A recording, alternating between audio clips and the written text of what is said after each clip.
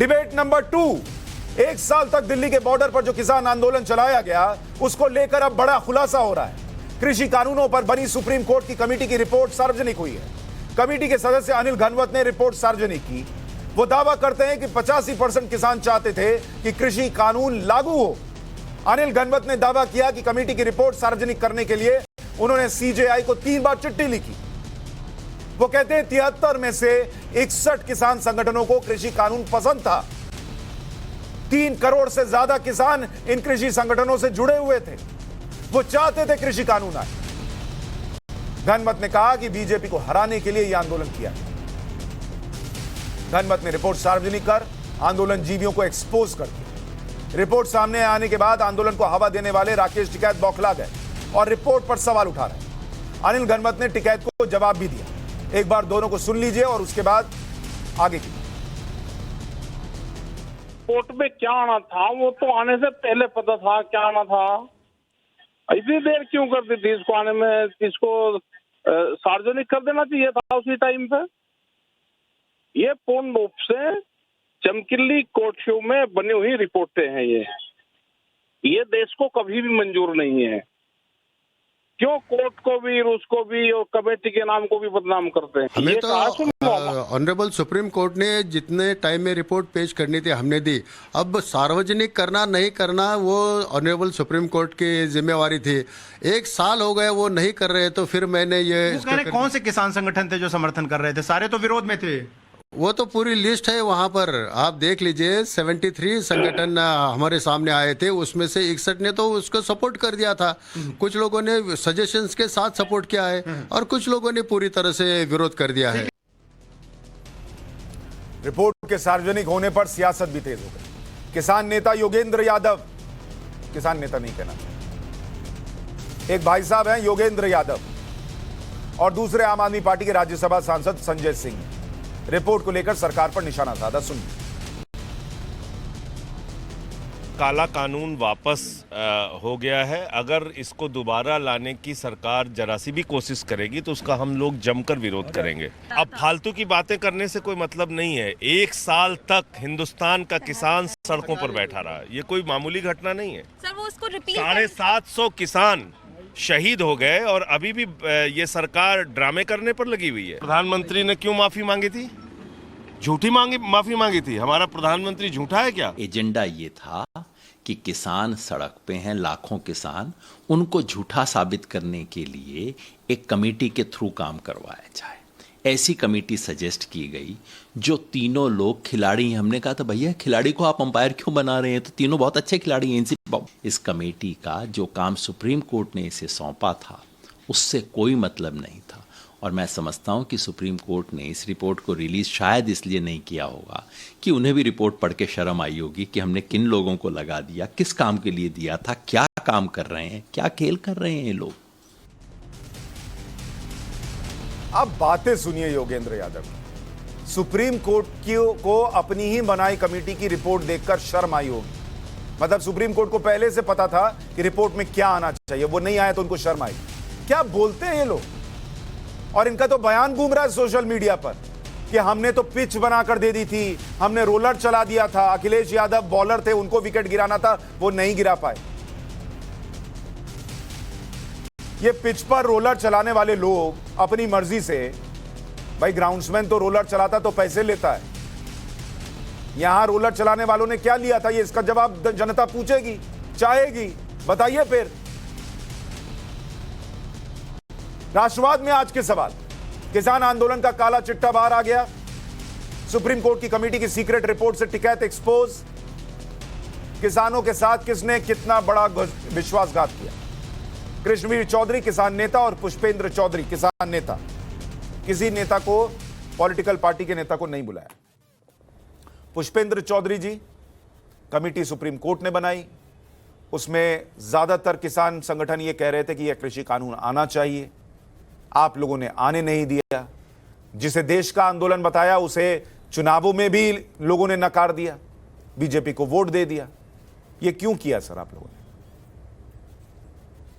देखिए, के शुरू से ही जो सुशांत जी ये कृषि कानून लाए गए, तो इसके विषय में हमने पहले से लिखा था और ऑन रिकॉर्ड है, अगर आप मुझे परमिशन दें तो ये दैनिक जागरण में 25 जुलाई 2020 उस वक्त मैंने ये आर्टिकल लिखा था, एडिटोरियल पेज पे छपा था, और इसमें हमने बहुत जो है क्लियर बात कही थी कि कृषि सुधार की देश को आवश्यकता है, इसमें कोई डाउट नहीं है, लेकिन इसमें जो खामियां थी उनको जो है, और एमएसपी की लीगल गारंटी देने की जो बात थी, उस विषय को हमने बार बार उठाया था और बहुत स्पष्ट रूप से उठाया था।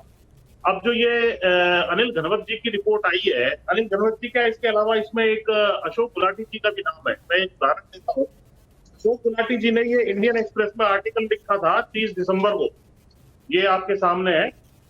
इस आर्टिकल में इन्होंने ये लिखा कि अगर हम एमएसपी की लीगल गारंटी देते हैं तो उसको 10% फसल को खरीदने के लिए ही करीब 5.4 लाख करोड़ रुपए खर्च हो जाएंगे, यानी कि 5.5 लाख करोड़ के आसपास, यानी कि 10%, यानी कि पुष्पेंद्र भाई, सारी पुष्पेंद्र भाई, मैं आपकी हर बात सुना हूं, आपके साथ पहले भी शो किया है, मैं इसकी टेक्निकलिटी पे तो जा ही नहीं रहा कि कौन क्या कहता था, क्या संभव है नहीं संभव है।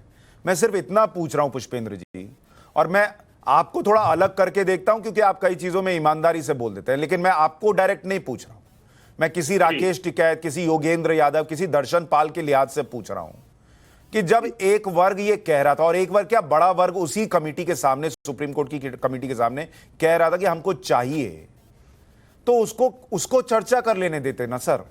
ये छाती पे चढ़ के वापस करवा दिया, चर्चा भी नहीं की, ये तो गलत हुआ ना सर। मैं उसी बात को रख रहा था कि अशोक गुलाटी जी ने एक बात ये भी कही है, इनकी मैं आंकड़े किस प्रकार के इन्होंने इस्तेमाल किए वो बता रहा हूं। इन्होंने ये कहा कि 10% फसल को एमएसपी को खरीदने के लगभग जो है 5.5 लाख करोड़ रुपए लगेंगे, यानी कि टोटल फसल 55 लाख करोड़ की होगी, तभी 5.5 लगेंगे 10% खरीदने के लिए। अरे सारी एग्रीकल्चर जीडीपी, एमएसपी की फसलें छोड़िए, सारी की कीमत करीब 32-33 लाख करोड़ है। तो इनका आंकड़ा इतना ज्यादा एग्जॉर्बिटेंट है, जबकि एमएसपी की फसलों की कीमत जो है वो मात्र 12 लाख करोड़ है। पर पुष्पेंद्र जी, मैं यही तो कह रहा हूं, मैं कमेटी के सदस्य क्या कह रहे थे इस पे हुई नहीं। मैं कह रहा हूं किसान क्या कह रहा था, जिसे देश का आंदोलन बताया गया, वो तो देश का नहीं था ना भाई, देश का किसान कह रहा था मेरे को चाहिए, आप लोगों ने नहीं आने दिया। कृष्णवीर चौधरी जी, क्या जो 85% किसान इस रिपोर्ट में कह रहे हैं कि हमको यह कानून चाहिए था, उन लोगों के साथ ये अत्याचार नहीं हुआ कि कुछ लोगों ने मिलकर उस पूरे कानून को वापस करवा दिया? देखिए सुशांत जी, हमारी तो बहुत लंबे समय से एक मांग रही है, और मैं किसान यूनियन के अपने मित्रों को जानकारी दे दूं अगर वो भूल गए हों कि बीकेयू के संस्थापक चौधरी महेंद्र सिंह टिकैत हमारे साथ मिलकर कम से कम 25 सालों में उन्होंने 10 बार सरकारों से मांग की कि बाजार खोला जाए। बाजार के बिचौलियों ने किसानों का शोषण किया है। अगर वो व्यवस्थाएं इतनी अच्छी होती तो किसान आर्थिक रूप से क्यों टूटता? उन व्यवस्थाओं में उनमें सुधार की आवश्यकता थी, और गरीब उन किसानों को जो 85% है इस देश में, उसको बाजार चाहिए था। अब ये विरोध इन लोगों ने किया, लेकिन मैं पहले भी सुशांत भाई कह चुका हूं और आज फिर मैं आपसे बता रहा हूं कि ये टूल किट की व्यवस्थाएं और ये इंटरनेशनल साजिश मोदी सरकार के विरोध में देश में हिंसा भड़काने की साजिश थी, राजनीतिक थी, पूरी तरीके से राजनीतिक थी। अब ये योगेंद्र यादव ने जो कहा है कि हम तो पिच तैयार करें, तो उनका तो उद्देश्य जो है वो बिल्कुल स्पष्ट था, पहले दिन से स्पष्ट था। मैंने 87 से मैं आपसे कह रहा हूं तमाम किसान आंदोलनों में भागीदारी ली, लेकिन हमने ऐसा आंदोलन नहीं देखा जिसमें पिज्जा, बर्गर और शराब और लेके ड्राई क्लीनिंग और लेके ये सब पूरा जिम, ये सब भैया किसानों का क्या लेना देना इन सब चीजों से? कहां से ये सब हो रहा था? नहीं तो और ये पुष्पेंद्र जी मुझे बताइए, मैं फिर आपको कह रहा हूं, मैं आपको नहीं बोल रहा क्योंकि मैं आपको बड़ा सीरियस आदमी मानता हूं, लेकिन उसी सीरियसनेस के साथ पूछ रहा हूं पुष्पेंद्र जी, ये जो भाई साहब हैं, मैं इनको किसान नेता नहीं मानता, योगेंद्र यादव, ये जो भाई साहब हैं ये खुद घूम घूम के कह रहे हैं ना टीवी पर कि हम रोलर चला रहे थे, हम पिच बना रहे थे, विकेट तो अखिलेश यादव को गिरानी थी। क्यों रोलर चला रहे थे? किसने बोला था, किस किसान नेता ने बोला था कि आप चलाइए रोलर और अखिलेश यादव को पिच बना के दीजिए?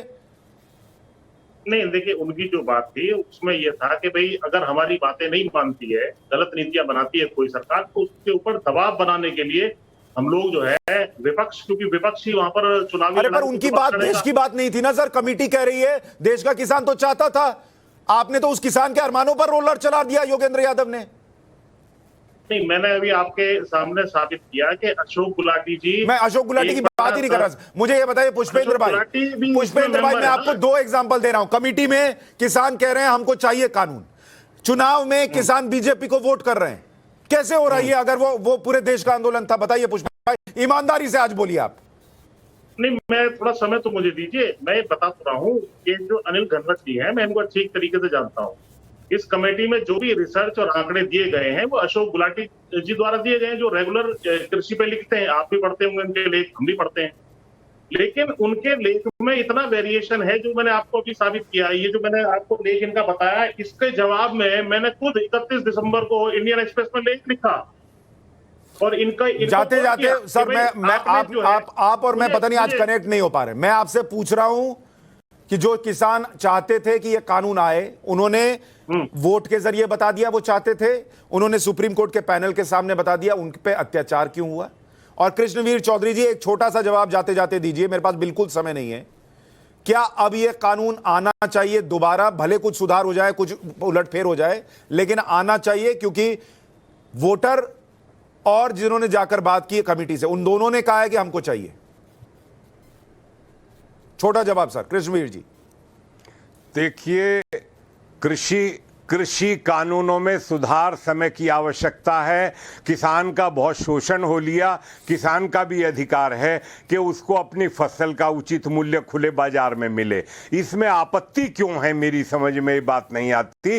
ये सवाल तो पैदा ही नहीं होता। ये सवाल पंजाब से झूठ बोल के किया गया एमएसपी खत्म। देखिए, पंजाब में यही किसान आंदोलन करने वाले लोगों ने पार्टी बनाई, ये 85% सीट नहीं किसानों के अधिकारों का पश्चिमी यूपी में बीजेपी को बम्पर सीटें आ गई। और किसान क्या कह रहा था सुप्रीम कोर्ट की कमेटी के सामने, वो भी आपके सामने। अगर इसके बाद भी ये देश ये पूछता है और ये सोचता है कि ये देश का आंदोलन था, तो फिर इससे ज्यादा आश्चर्यजनक कुछ नहीं होगा। आप दोनों मेहमानों का बहुत शुक्रिया। मैं माफी चाहूंगा, आपको ज्यादा वक्त नहीं दे पाया, लेकिन आप दोनों का बहुत बहुत शुक्रिया इस चर्चा में जुड़ने के लिए।